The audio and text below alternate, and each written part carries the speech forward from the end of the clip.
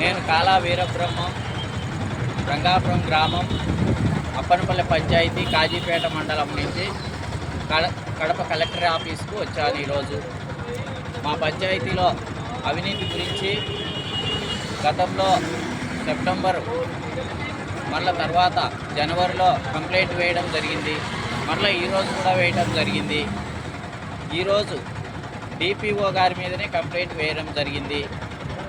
అనేక సార్లు అధికారుల చుట్టూ తిరిగినా కూడా ఎలాంటి చర్యలు తీసుకోకుండా డిఎల్పిఓ గారు ఎంక్వైరీ చేసినా, రిపోర్టు డిపిఓ గారికి వచ్చినా చర్యలు తీసుకోకుండా నాన్చుతూ వస్తున్నారని ఈరోజు డిపిఓ గారి మీదనే కంప్లైంట్ చేయడం జరిగింది. జాయింట్ కలెక్టర్ గారు, జెడ్పీ జిల్లా పరిషత్ సిఇఓ గారు స్పందించి ఆమెను వివరణ అడగడం జరిగింది.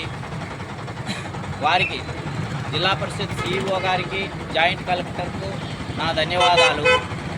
అలాగే పుట్టా సుధాకర్ యాదవ్ గారు ఇంత జరుగుతున్న మా పంచాయతీ గురించి ఏమీ తెలియనట్టు ఉండడం, ప్రజలు గుసగుసలాడుకుంటూ ఉన్నారు.